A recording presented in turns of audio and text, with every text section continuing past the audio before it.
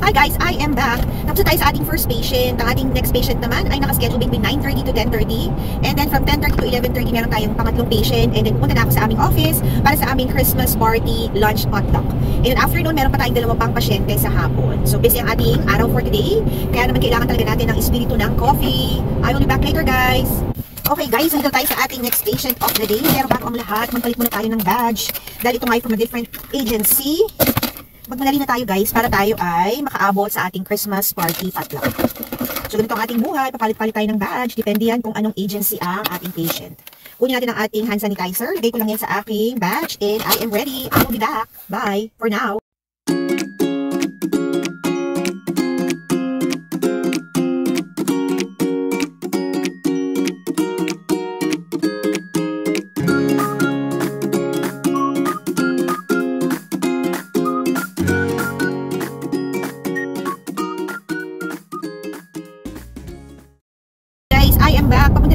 Third patient of the day.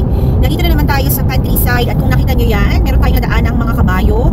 Dahil dito sa lugar na to guys, mas marami ang kabayo or mas marami ang mga farm animals kesa sa mga tao. Pwede wow show pa. So pagkatapos ng third patient, mag-drive na ako papunta sa aming office para sa ating Christmas party and then babalik na naman tayo sa ating home care na trabaho. Napakalamig guys, talaga namang giniginaw-ginaw tayo. Yung binili nating coffee from Sheets ay malamig na. Currently, it is naputol guys. So currently, nasa 33 degrees tayo pero malamig talaga dahil malakas ang hangin. So balik ako ulit sa inyo mamaya. Mag-focus na ulit tayo sa ating drive.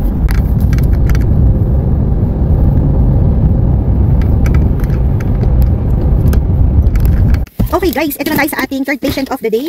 Palitan ulit natin ang ating badge dahil ito ay from another agency. Talaga naman nakaka-lurky. But that's work.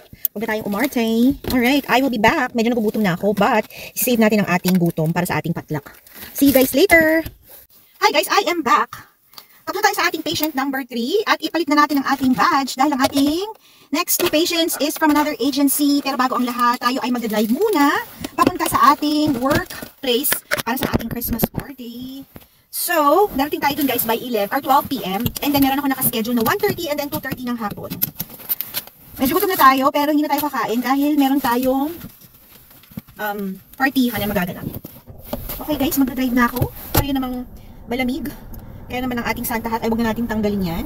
Hindi ko pala napakita sa inyo guys, sa aking ano. So, lagi kong suot syempre yung aking makapal na jacket. Pero, ayan guys, meron tayong scrub suit na pag-Grinch.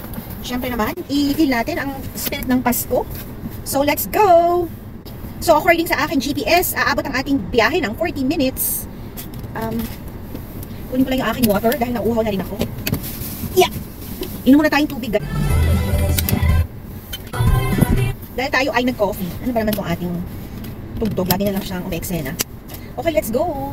See you later! Okay guys, nandito na ako sa aming office. Yung buhok natin talaga hindi na sumusunod. So, dahil nagsuot tayo ng Santa hat, yan ay flat na flat. Huwag na nating tanggalin dahil mukha tayong ewan. So, isuot na natin itong Santa hat natin dahil malamig din naman. Ayan. Kunin ko lang yung aking mga regalo sa aking mga katrabaho. So, dila tayo ng banana cake. And then, meron din ako konting something sa aking mga katrabaho. Kasi sila naman guys ay nagbibigay din ng gift.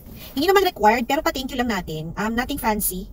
3 piraso ng Lindt chocolate, yung maliliit na balls, and then meron din tayong bath bombs na ibibigay sa ating mga katrabaho.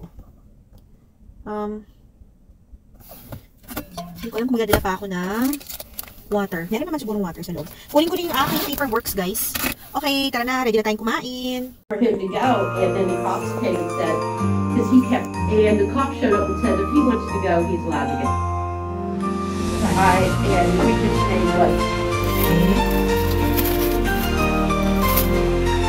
So yung mga katrabaho ko talaga guys, sobrang ano sila, mababait naman sila, tapos kailangan mo talaga ng help, lalo may office manager namin. Parang nagtut ako ng request kagabi ng mga supplies. So binigyan tayo ng isang box ng gloves, isang box ng mask, isang tub ng wipes na ginagamit ko sa aking trabaho. Ito yung pag-disinfect ko ng aking mga equipments. Ito, Clorox wipes. This is for healthcare professional. And then yung mga paperworks. So ang ginagawa ko doon is nag-i-email lang ako sa kanya. Sasabihin ko na kailangan ko ng mga supplies. Same day guys, pwede ko nang daanan kasi naka-prepare na ako. And then lahat sila mababait guys. Ang daming pagkain. Parang meron tayong shrimp, meron tayong cheese board, kung ano-ano, meron tayong mac and cheese, macaroni salad, potato salad, meron nagbili ng cake, fried chicken, kung ano-ano pa. So this is from Brenda. Ito ay ornament. Last year yung aming LPN na si Brenda, nagbigay siya ng wire whisk na merong kisses sa loob. Nasabit natin ito sa ating Christmas tree. Ito naman yung kanyang kisses na cherry cordial. Hindi ako mahilig sa cherry, pero pagpakonti-konti lang, carry naman yan. Mahilig ako sa chocolate, pero nag-iingat tayo talaga. Parang unti-unti kumakain ako ng Lind na chocolate. Yun kasi yung pinamigay ko sa aking mga katrabaho. 3 piraso lang naman kada bag. At saka bath bomb.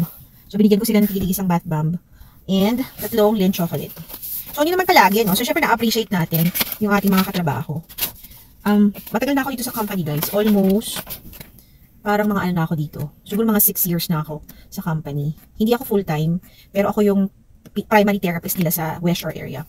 Tapos lahat ng mga katrabaho ko talaga guys, mababait sila. Pati yung mga nurses namin. That's why wala akong balak umalis ng work dahil nag-e-enjoy ako sa aking mga katrabaho. Importante nakasundo mo talaga yung mga katrabaho mo. Kasi pag hindi, parang hindi ka naman mag-look forward na. Although hindi ko naman sila talaga nakikita everyday dahil tayo may home care.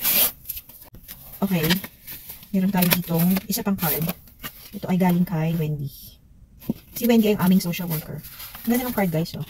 Effort kong effort. Si Wendy nag-organize palagi ng aming party. Yung mga potlucks. Tapos, ano din, once a month, or once every 2 months, meron din silang in-organize. Si Wendy nag-organize ng luncheon, or parang dinner, get together. Hindi tayo nakakasama dun. Since na nag-join ako sa company, hindi ako sumasama dun. Only because, that's from 5 to 7. And paghapon, syempre nagmamama-duty na tayo sa ating mga anak. Tapos, sinusubukan ko na mag-documentation. And then kung wala namang ganap yung mga bata, parang mas prefer ko na lang na magstay sa bahay at magpahinga. So, konting-konting time na lang yung nakuha natin para magpahinga. Kadalasan yan sa gabi. Sa umaga naman, as usual, meron tayong regular na work. And then, dahil nag-start na nga yung kanilang mga sports, maghahatid na tayo sa mga bata for their practice. So, yung anytime na meron tayong extra days na wala tayong kaganapan, mas pinipili kong manatili sa bahay. Hindi talaga ako guys malabas. Hindi ako yung ma-party. Kahit na pinapayagan ako ni daddy. Hindi naman siya nagbabawal. So, pwede naman tayo lumabas kasama ng aking mga katrabaho. But, hindi talaga ako makain sa labas. Like yung family namin, hindi kami palagi kumakain sa labas. Mas prefer ko talaga na magstay sa bahay, kumain lang ng mga home cooked meal. Anyway, dapat ang susundo kay JJ ay si Daddy, pero na-traffic siya. Meron pa tayong last patient from 2:30 to 3:30. Ako na lang ang nagpresentang sumundo kay Jay dahil late nakarating sa bahay si Daddy. So ngayon pala siya nakarating sa bahay. It's already 2:51. So sabi ko ako na lang ang susundo. And then, ida-drop off ko muna siya sa bahay bago ako magpapasyente. Which is okay lang naman kasi yung ating pasyente ay sobrang lapit lang kung saan kami nakatira. Okay guys, ayun lang muna for today's video. Medyo mahaba na rin siguro itong ating video for today na Thursday. Happy Thursday and happy Friday na Pilipinas. Maraming salamat sa ating mga supporters dito sa Meta World. Remember, family time is the best time and every gising with your family is always a blessing. God bless everyone. Bye!